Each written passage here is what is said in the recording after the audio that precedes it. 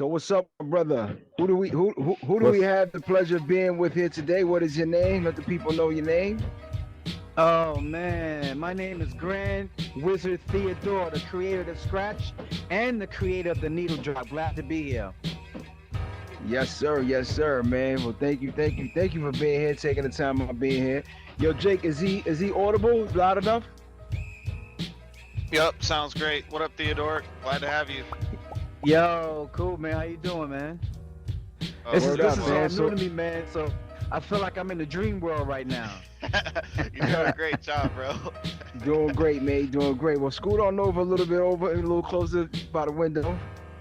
Come on, Okay, there we go, okay. there we go, man. So listen, my brother, man, thank you for being here. I mean, I don't even know where to begin, right?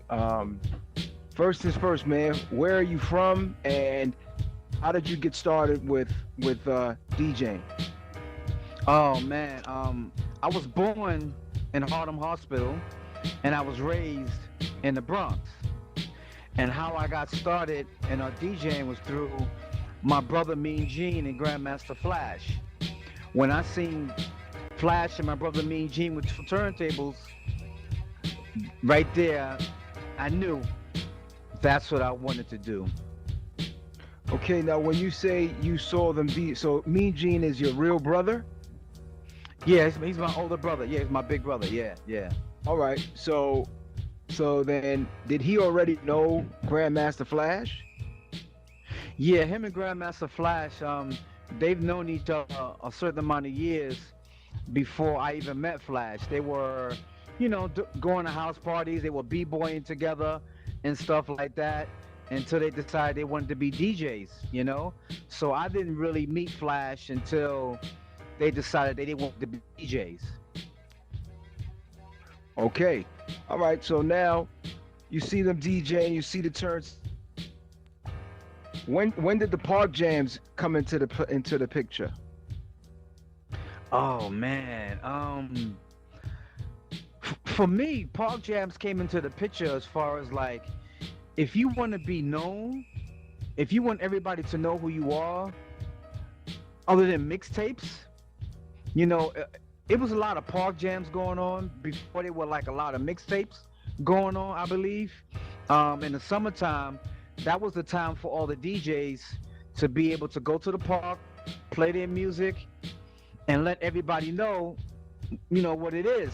So when the winter time comes and it gets cold outside and they do the inside jams, everybody would know that, they got nice equipment and they already got a name for themselves.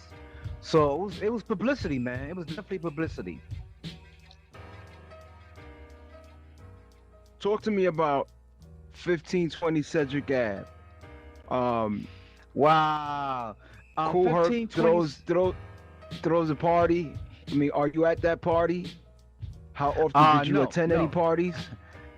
I definitely was at the 1520 block party. I mean, I wasn't at the 1520 party that Herc and his sister Cindy threw. I was not there. Um, I went to Cool Herc block party, which was on 169th Street and Washington Avenue, and I remember going there with Flash and my brother Mean Gene, and that's when I first saw Cool Herc with the big speakers and stuff like that, and the twins and stuff like that, b-boying and people hustling and stuff like that. It was just so cool, man, to go to one of his block parties. The first time, I was in awe. I was definitely in awe. That's amazing. So, at what point did you finally get your own equipment and actually get into DJing? Well, when I finally got into DJing was through when Flash and my brother Gene decided to go their separate ways.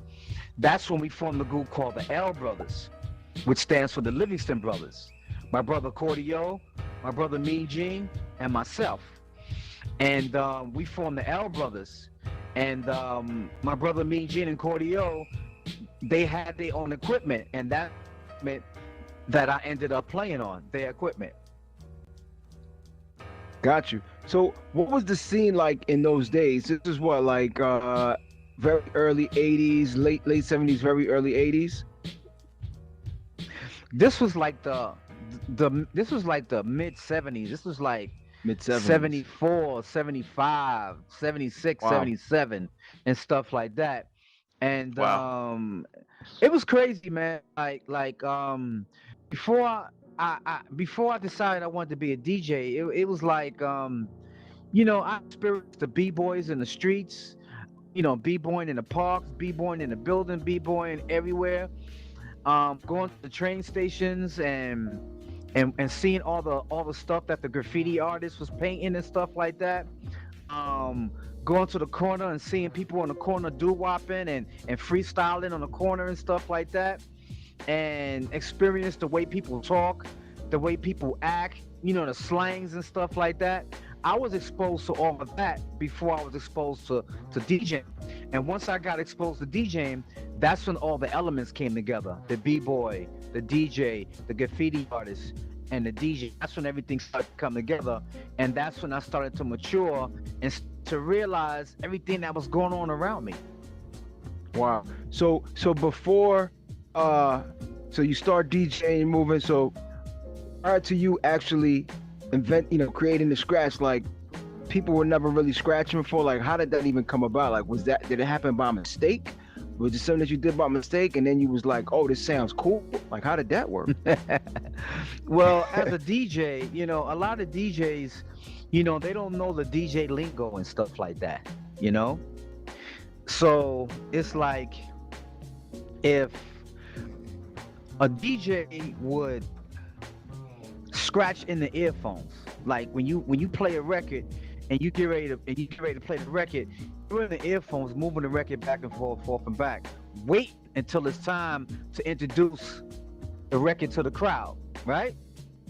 What I did was, instead of me scratching in the earphones, waiting to introduce it to the crowd, I pulled the mixer over and let the crowd hear me scratch back and forth and back. And when I did that, I decided, I could make a rhythm with this. And that's how I became a scratch. People by mistake. It's just that I realized that I can do something with that, and that's how it happened. Wow, that's incredible. That's incredible, man. That's incredible. Now let's talk about the needle drop, right? So I mean, I'm still trying to even comprehend, like, man, how the hell are you able to drop it on the same spot? Like, I mean, I know there's the grooves on the vinyl, of course, and of course we I used to DJ in the very beginning, you put like your little markers and, your little piece of tape or something, but like, damn, how was that by accident? Well, it sounds like it had to be by accident, man. My mom's had a coffin, and the coffin had the TV in front of it, and then it had, when you open up the coffin, you see the record player in the coffin, and then you see the 8-track, and then you see the radio in there. So what I used to do is I used to play a 45, and on my mother's stereo. So on the 45, the break can be at the beginning of the 45, the middle of the 45, or the end of the 45. And I know a lot of DJs can attend and recollect with that. So basically what I used to do is I used to skip the needle back to the break part of the record, not knowing that I was developing the needle drop style. So if I play a James Brown record, or if I play Aretha Franklin record or Dennis Coffey record, and the break is in the middle, and I just keep skipping the music back, keep skipping it back, I didn't know that I was developing the needle drop style. So when I got on the big turntables, the needle drop style was there. And me maturing as a young man, my skills got better and better and better, because I believe that everybody has a skill. Everybody has a gift. God.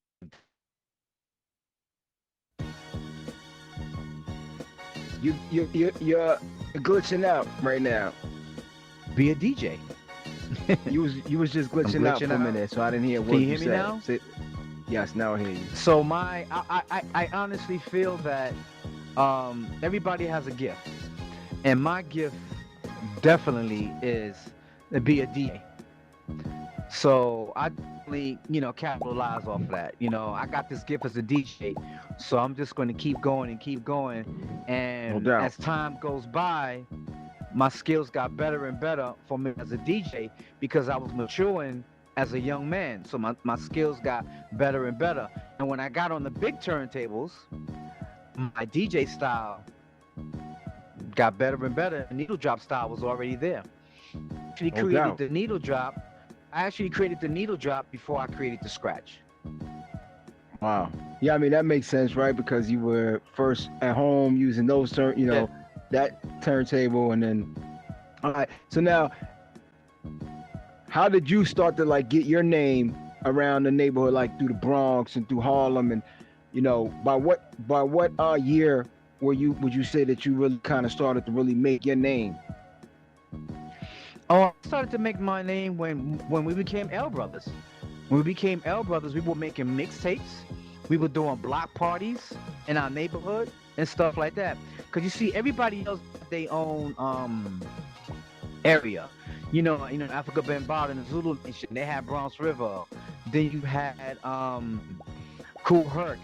Cool Herc was doing the West Side, and then you had I'm the sorry. East hold Bronx. on. All of I'm sorry. You guys could come into the radio studio. Y'all could just walk through the door. Y'all could just come in. You could just walk right in through the door. Cool. How you guys doing? All right. All right. Come on in.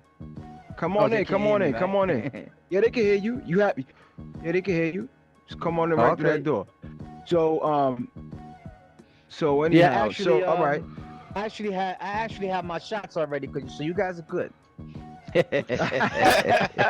COVID shot. You good? All right. So let me ask Yeah, you this. I'm good. So now the L brothers are running around. You getting your name up. All right. How did you link up with like Cold Crush, Grandmaster Caz? Like, did you guys know each other already coming up, or like how did that happen? That link. Well, Grandmaster Caz, I knew Grandmaster Caz before I started DJing. Oh wow. Yeah, I knew Caz when I was like 10, 11 years old. We lived Oh in the yeah, same y'all neighborhood. go back. Yeah. And I remember going to Caz's house one day, and we just sitting there, playing video. You're not playing video game. We just sitting there watching TV and just talking and just having a good time. And he had this dog, and his dog bit me. Oh, So after his shit. dog bit me, I was like, yo, I ain't coming in no more. We ain't friends no more. That's it. So I never went to his house again, and I didn't see him no more until I became Grand Wizzard Theodore, and he was Grandmaster Casanova Fly. So it was really funny. Ask him about the story. He'll tell you. It's a really crazy story. Yeah.